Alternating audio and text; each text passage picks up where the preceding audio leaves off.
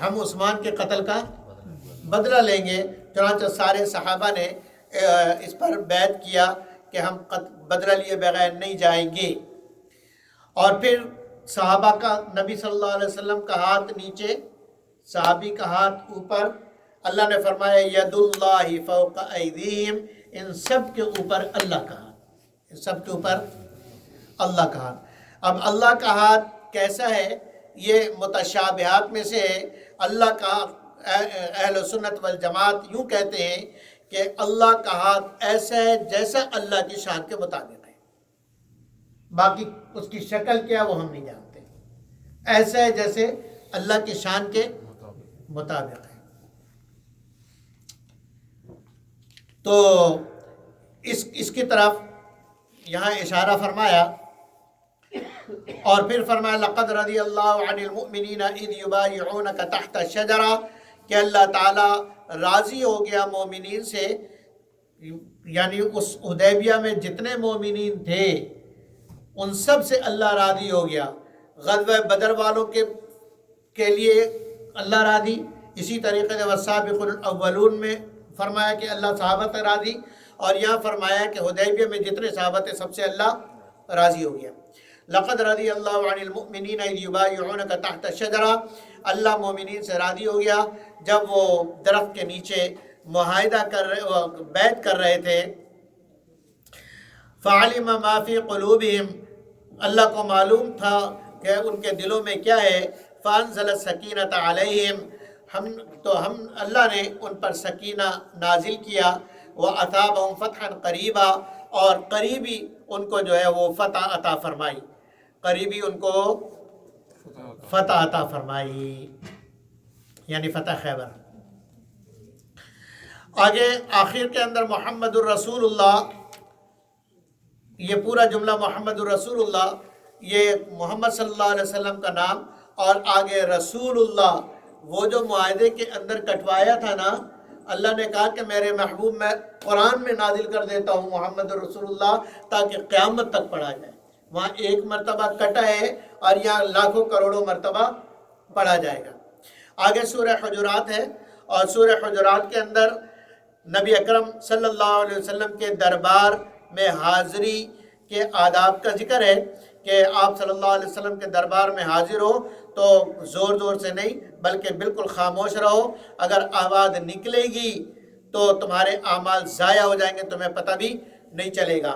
اور پھر معاشرے کے لیے بہترین احکامات، پہلا حکم اس میں یہ دیا کہ اگر کوئی آدمی بھی کسی بارے میں خبر لے کر آئے تو فوراً اس کی تصدیق کر کے اس کے پیچھے نہ چل پڑو، سمجھ آ گئی؟ فتبینو، بلکہ اس کی تحقیق، خبر کی تحقیق کر لیا کرو۔ ایک آدمی نے آ کے بتایا کہ فلاں آپ کے بارے میں یہی کہہ رہا تھا، اور ہم جناب آسی چڑھا کے شروع، تو کہا نہیں، یہ جو آپ کہہ رہے پہلے تحقیق تو کرو کہ دوسرے نے یہ بات کہی بھی ہے کہ نہیں، ورنہ کیا ہوگا کہ جہالت میں دوسری قوم سے تمہاری لڑائی ہو جائے گی، اور پھر لڑنے کے بعد پھر جب معلوم ہوگا کہ نہیں وہ تو جھوٹ بول رہا تھا اور ایسا کچھ ہوا ہی نہیں ہے تو پھر تمہیں افسوس ہوگا۔ اسی طریقے سے فرمایا کہ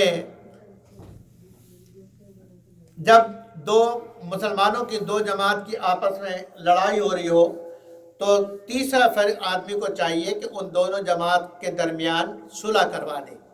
دونوں کے درمیان دو بھائیوں میں آپس میں لڑائی ہو گئی تو تیسرے کو چاہیے کہ ان میں کیا کرائے، صلح کرائے، اور اگر صلح نہیں ہوتی تو پھر فَإِن بَغَتْ إِحْدَاهُمَا عَلَى الْأُخْرَى، وہ دیکھے کہ ایک دوسرے کے اوپر زیادتی کیا چلا جا رہا تو پھر تیسرا آدمی مظلوم کے ساتھ ہو جائے۔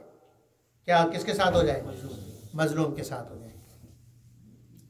اور پھر اس کے بعد اگر دوسرا بھی، یعنی جو پہلے ظالم تھا، وہ اس نے دیکھا کہ اب اس کی قوت بڑھ گئی اور وہ پھر صلح کے لیے تیار ہو جائے تو فَأَصْلِحُوا بَيْنَهُمَا بِالْعَدْلِ، تو اب عدل کے ساتھ، انصاف کے ساتھ دونوں کے درمیان، ان کے درمیان صلح کرا دو۔ اگلا حکم، سارے مومنین مومنات ایک دوسرے کے بھائی بہن ہیں تو فَأَصْلِحُوا بَيْنَ أَخَوَيْكُمْ، اپنے بھائیوں کے درمیان خیر خواہی کیا کرو۔ اور خیر خواہی کس طرح ہوگی؟ فرمایا کہ کوئی قوم کسی قوم کا مذاق نہ اڑائے، کوئی مرد کسی مرد کا مذاق نہ اڑائے، کوئی عورت کسی عورت کا مذاق نہ اڑائے، اور کوئی کسی کو بھی برے القاب سے نہ پکارے، برے القاب سے نہ پکارے۔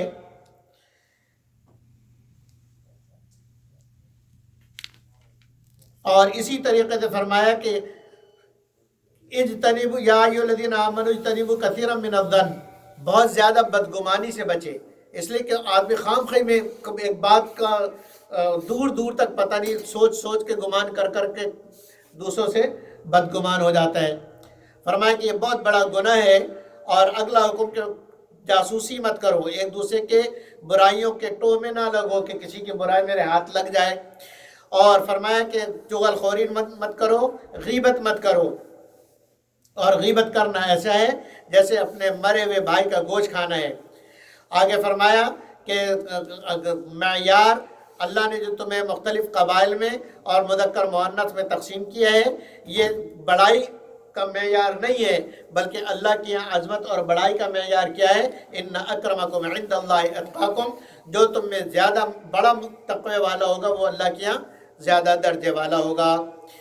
اسی طریقے سے آگے سورہ قاف ہے اور مکی صورت ہے، اس صورت کے اندر بھی قوم عاد اور قوم سمود، قوم نوح اور قوم لوط کا ذکر ہے، اسی طریقے سے قوم شعیب کا ذکر ہے۔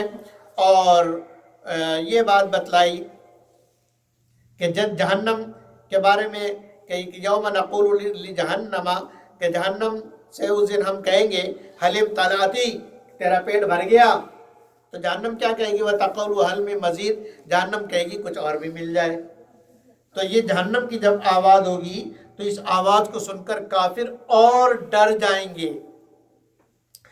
اس کے بعد جنت والوں کا ذکر ہے، آگے سورہ زاریات ہے جس میں اللہ رب العزت نے ہواؤں، مختلف قسم کی ہواؤں کی قسم کھائی، اور قسم کھا کے فرمایا کہ قیامت آئے گی، قیامت آئے گی، لہذا اس کی تیاری کرو۔ جنت بھی ہے، جہنم بھی ہے، جنت بھی ہے، جہنم بھی ہے، لہذا اس کی تیاری کرو، جنت سے جہنم سے بچنے کی اور جہنم میں جنت میں جانے کی۔ اللہ رب العزت مجھے اور آپ کو عمل کی توفیق عطا فرمائے۔ وآخر دعوانا ان الحمدللہ رب العالمین۔